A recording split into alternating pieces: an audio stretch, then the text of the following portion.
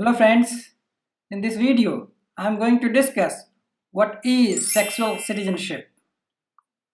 Well, I am not surprised if many of you open your eyes widely after listening such topic something like sexual citizenship.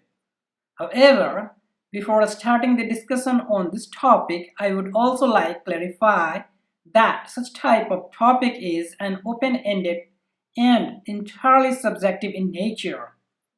Different people have different views and perspectives. Some advocate such things in our society, and some restrain even to discuss such things in our society. Both the groups have their own viewpoints to support and to criticize accordingly. So, before discussing the topic sexual citizenship, first understand what is citizenship. In a simple language, citizenship defines the legal status of a person given by the law of the respective state. So, if you are the citizen of a country, it means you are the legal member of that country, and by virtue of being the legal member of the country, you have certain fundamental rights and liberty to enjoy them. Now, the next question is, what is sexuality? The literal meaning of sexuality is capacity and aptitude for the sexual feelings.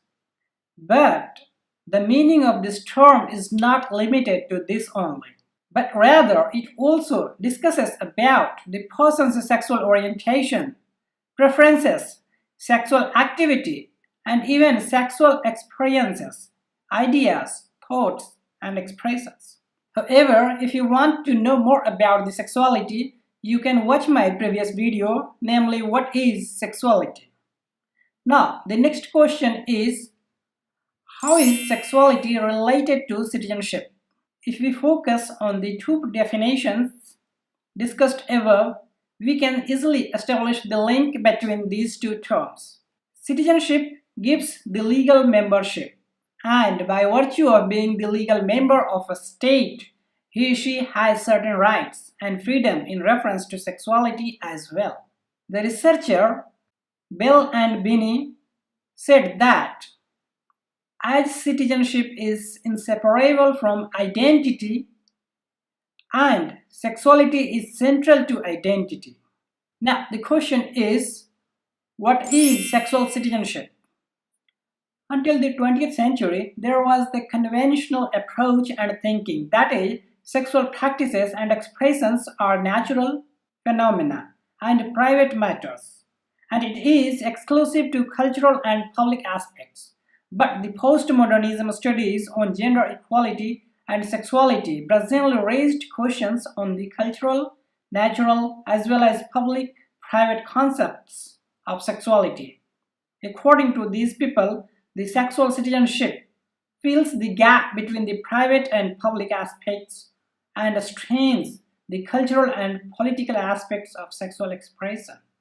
They contended that sexual privacy cannot exist without open sexual culture because the freedom of free expression, bodily autonomy, institutional acceptance, and inclusion and spatial themes are the concept of sexual citizenship.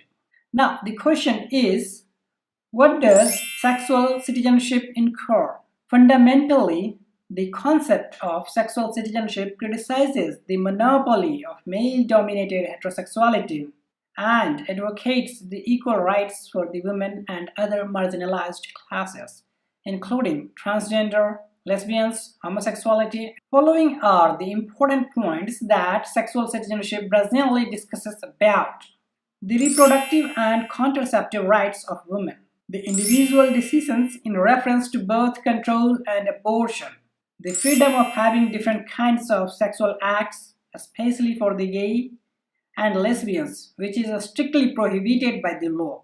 Remember, I have discussed not at all my view, but rather whatever the various researches say about the sexual citizenship.